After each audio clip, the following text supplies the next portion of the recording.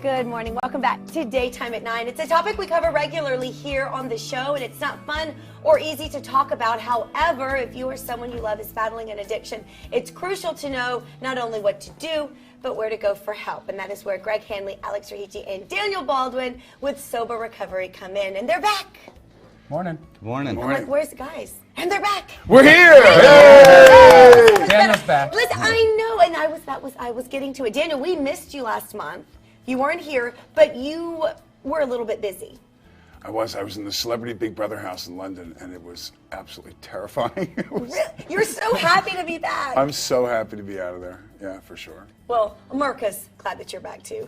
We're glad that you made it back. We did miss you last month. It's not the same when you're not here. I missed you guys too. Good to have you.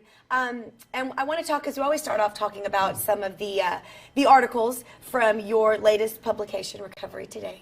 And of course, we read them on the regular. And we have some favorites, and I want to kind of talk about some of the topics that you touched on in your latest monthly issue. So first up, there was an interview with Myra, and she was talking about the fact that so many people hit rock bottom.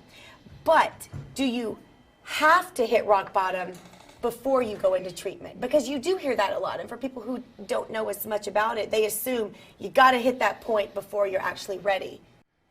Yeah, she's a beautiful, beautiful lady. I've met her. Good job. It was almost a couple years ago, Yeah. right, that she was on the show. So yeah, just a lovely, lovely, lovely woman, and we're very happy that she's doing so well.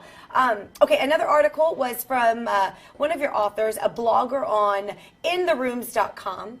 And he was focusing on how emotional struggles with anger, depression, and shame factor into addiction and recovery. So where do those factor in? I know we talk about depression a lot and how it's just a vicious cycle when it comes to drug abuse or alcohol abuse and depression. Because then you get to a point where you don't know what's causing the depression. Well, those right? are the underlying issues. Yeah. So in a 12-step program, you have a part of it where you're doing inventory and you're kind of getting rid of things that are bugging you. Right. And historically, in treatment, they had dual diagnosis, which means I had a drug problem, and then they got rid of the drugs or alcohol, and then I found out I had anxiety or depression. Most of the people, by the time they come into recovery, they're carrying around a lot of stuff. They have a lot of wreckage.